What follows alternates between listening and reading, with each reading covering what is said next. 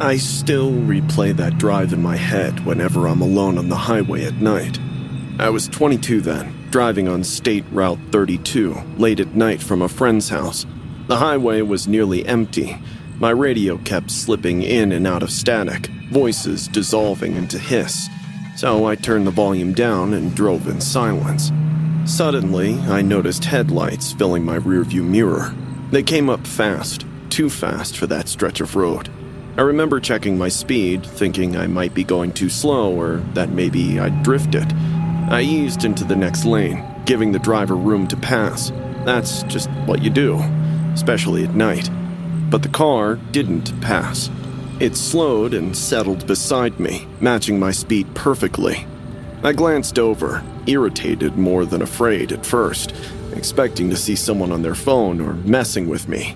Instead, my eyes locked onto the back seat. A little girl sat there alone.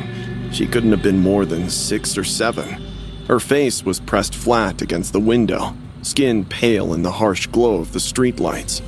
Both her hands were splayed against the glass, fingers dragging downward as if she were sliding in slow motion. Tears streaked her cheeks, catching the light. Her mouth was wide open, shaping a scream I couldn't hear. I looked toward the driver, waiting for him to notice me, to notice her. He never turned his head. His face stayed forward, hands steady on the wheel, like nothing was wrong, like that child didn't exist. My heart started pounding so hard I could feel it in my throat. I flashed my headlights once, then again. Nothing. The girl's eyes met mine, and in them I saw pure panic. Not fear, you fake. Not something playful. Real, desperate terror. Then the car accelerated. It shot ahead, tires whining, and disappeared down the highway. For a split second, I froze, my hands locked on the steering wheel.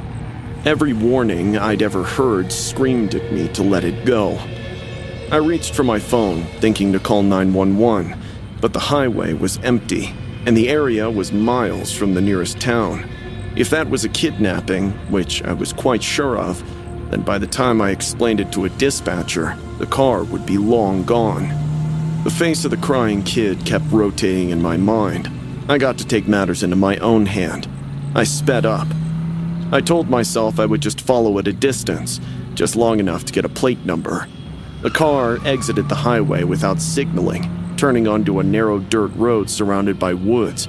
My headlights caught a cloud of dust, hanging in the air like fog.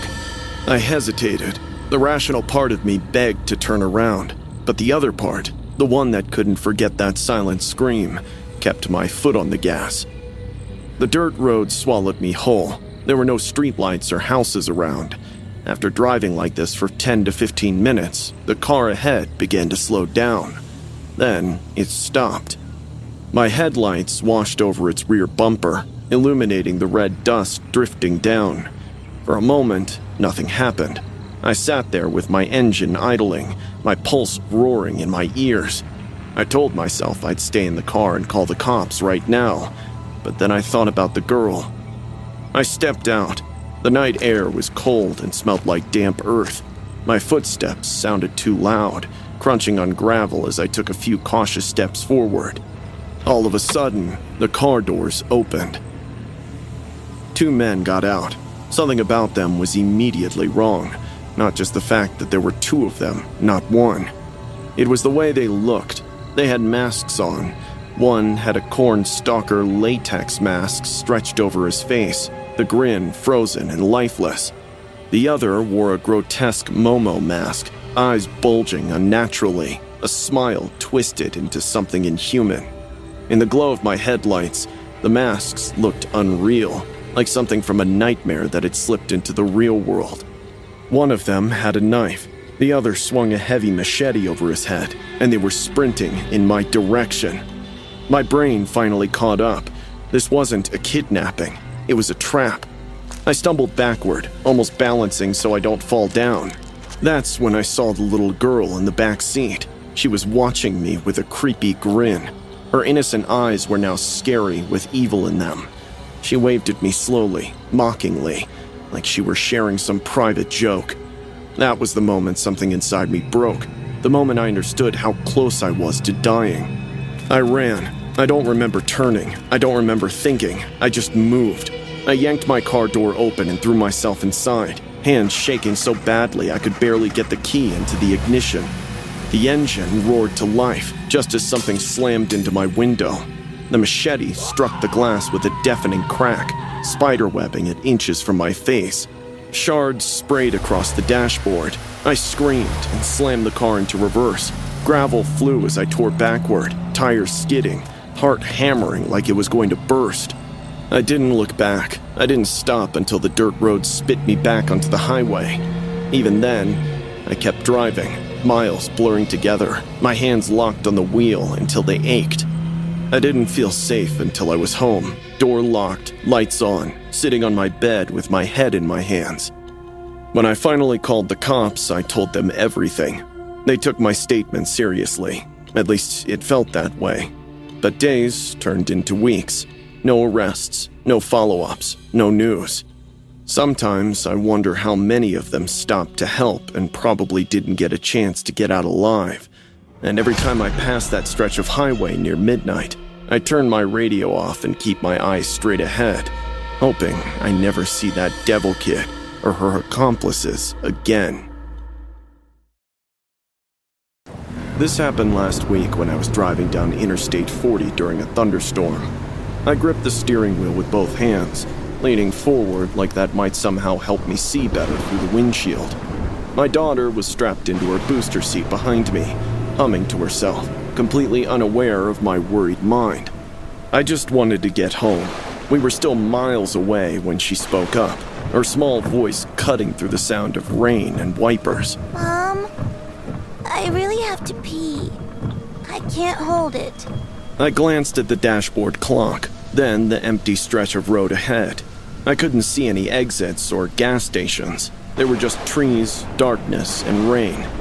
I told her to try and hold on, that we were almost there, but I could hear it in her voice. This wasn't a negotiable situation. That's when I saw the sign of a public washroom arriving in 0.2 miles. Relief washed over me, knowing I can finally pull over and stretch my legs. It was barely more than a pull-off, a concrete building sitting alone under a flickering yellow light. There were no other cars, though, just open highway on both sides and woods pressing in behind it. I hesitated for a second, but my daughter was already unbuckling herself, panic creeping into her voice. So I slowed down and pulled onto the shoulder, gravel crunching under my tires. The moment I shut off the engine, the silence felt wrong. The rain seemed louder without the hum of the car. I grabbed my daughter, threw my hood over my head, and ran for the restroom, my shoes splashing through puddles. Inside, it smelled like damp concrete and disinfectant. The lights buzzed overhead. There were 4 stalls on the left and 3 sinks on the right under one big, dirty mirror. I chose the far stall without really thinking about why. We got in, locked the door, and helped my daughter up.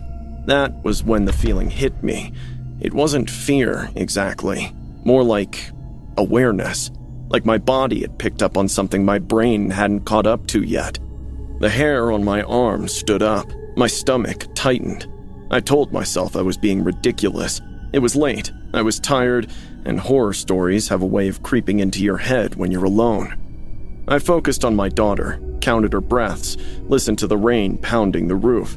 She finished, and I was just reaching for the lock when I heard footsteps entering. They echoed off the tile, slow and deliberate. Suddenly, 2 male voices spoke, which immediately stopped me from opening the door. Are you sure they're here? Of course, didn't you see the car outside? My heart slammed so hard I thought it might make noise. I lifted my daughter off the toilet and pressed her against my chest, my hand clamped over her mouth before she could ask what was wrong. Her eyes went wide, confused and scared. The footsteps moved closer. One man laughed softly. Yeah, they're inside one of these stalls.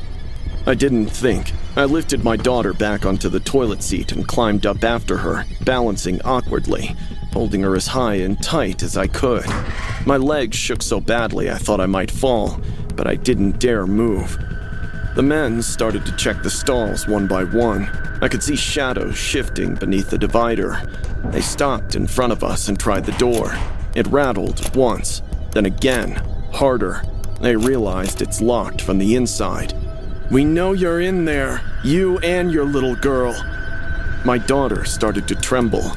I whispered into her hair, telling her not to move, not to make a sound. "We don't want to hurt you. You can walk out of here just fine. We're only here for the kid." My vision blurred. Every instinct in me screamed to fight, to run, to do something, but there was nowhere to go. Just thin metal, tile, and two men who had followed me off a highway in the middle of a storm, and I had no knowledge about it until now. No! You're not getting near her! The door slammed inward with a violent bang. The metal bowed under the impact. My daughter whimpered, and I tightened my grip on her, bracing myself. They were kicking the door again. Then a face appeared down the gap between the door and the floor. A creepy-looking guy stared in. Rainwater was still dripping from his hair. He smiled at me. "Just give us the girl." Honestly, I wanted to cry, and even thought of begging them. But then it hit me. Evil people don't really have emotions. So I paused for a few seconds, and then kicked him in the face. My boot poked hard into his eye, and probably left him with a big enough scar above his eyebrow. He backed out, screaming loudly. Chaos exploded. They began swearing and cursing at me, saying all kinds of vile things that they would do to me and my daughter. I slid down from the toilet, my hand shaking so badly I nearly dropped my phone as I dialed 911. I screamed into it, our location, what was happening, that men were trying to take my child. I yelled that the police were already on their way, over and over again. They cussed me out for a few more minutes, and then bolted out.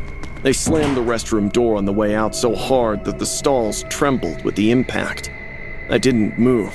I stayed curled on the floor holding my daughter until red and blue lights finally flashed through the cracks in the wall. When the officers arrived, they escorted us out. Later at the station, one of them showed me footage from a highway camera where two men were following me in a black SUV for miles. I did file a report, but they haven't been caught yet. I don't pull over at isolated restrooms anymore. I'm just thankful that I and my daughter made it alive. I was 19 years old when this happened, but till today, when I close my eyes and imagine that night on the highway, I get shivers down my spine. It was the same week I bought my first bike with my own money. I was proud of it, and I wanted an excuse to ride it as much as possible. That night, I picked up my girlfriend and took her for a ride through the back roads near the highway. We talked for a while, and I lost track of time.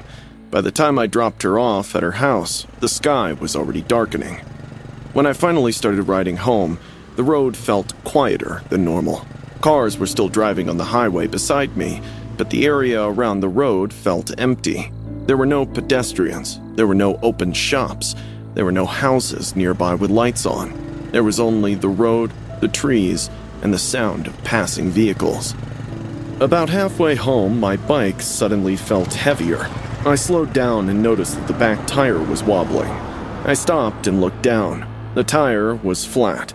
I felt annoyed, but I wasn't worried. I was not far from home. I decided to walk the rest of the way. I got off the bike and started pushing it along the side of the highway. Cars and trucks continued speeding past me, and their headlights flashed across the trees. The woods on the side of the road looked darker than the rest of the area, and I kept glancing at them without really knowing why. That was when I started to feel uncomfortable. I felt like something was watching me from inside the trees. I tried to ignore the feeling and kept walking. Within the next few minutes, I noticed movement behind one of the bushes near the edge of the woods. It was a small movement, but it was enough to make me stop. A few seconds later, I heard a quiet sound. It was a soft meow. It sounded like a kitten. I felt concerned when I heard it. The woods were right next to the highway, and I imagined a small animal wandering into traffic and getting hit. I also felt bad thinking about a kitten being lost and alone at night. Secondly, my little sister was 10 years old then, and she always nagged my parents asking for a furry pet. I thought if I take the poor cat home, it'll be saved from a horrible death, and my sister will be very happy. So I put my bike on its stand and walked toward the bush where I had seen the movement. When I reached it, there was nothing there. I stood still for a moment, listening carefully, trying to spot the location of the kitten. I heard the meow again. This time it came from a different direction, slightly deeper in the woods. I turned and took a few steps toward the sound. Then I heard it again, from somewhere else.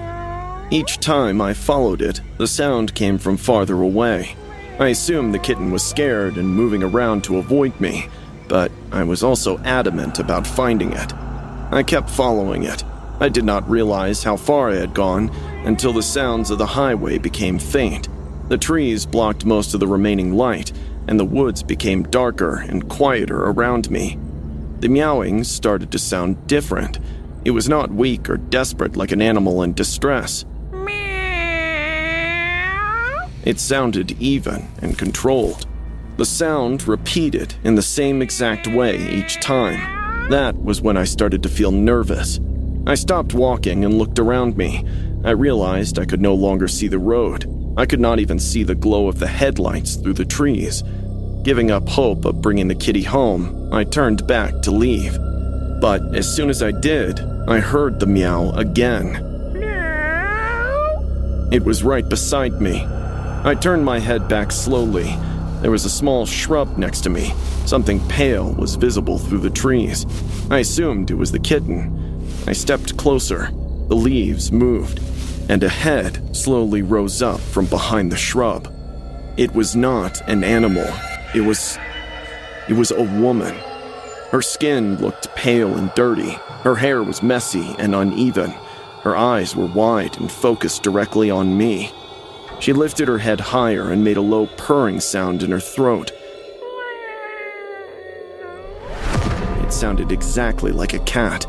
Everything made sense to me in that terrifying second. My body froze when I realized what I was seeing. For the last 15 minutes that I had been following the kitten, I was actually getting lured deep in the forest by this scary-looking woman. I had no idea what her intentions were, but her face definitely hinted she had evil plans in mind.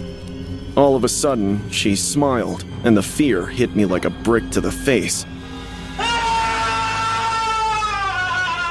I screamed and ran. I ran through the woods as fast as I could. Roots caught my feet, and I almost fell more than once, but I did not stop.